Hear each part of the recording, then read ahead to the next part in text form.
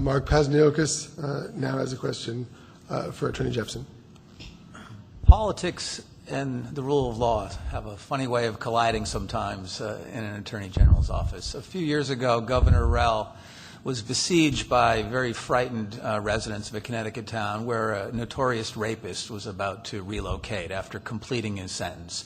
She asked Attorney General Blumenthal to intervene, to go to court, even though this man had completed his sentence, to explore legal means to keep him locked up. What would you have done if faced with a request like that from a governor?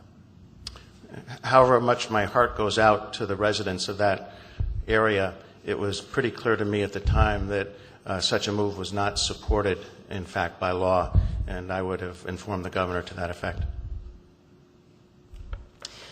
Yes, I do not believe it's the appropriate role of the Attorney General to get involved, as much as I am very sensitive to the issues of rape and sexual assault.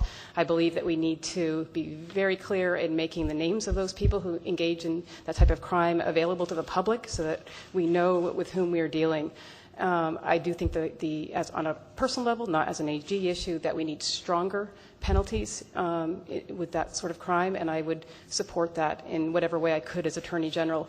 But I do believe it's very important to stay within the proper role of the office. We have too often seen the current Attorney General stray out into the issue of the day.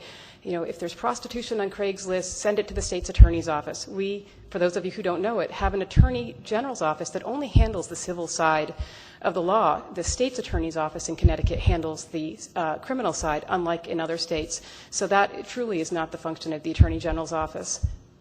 If I might add just a few words. I've taken a pledge not to run for U.S. Senate in 2012 or for governor in 2014.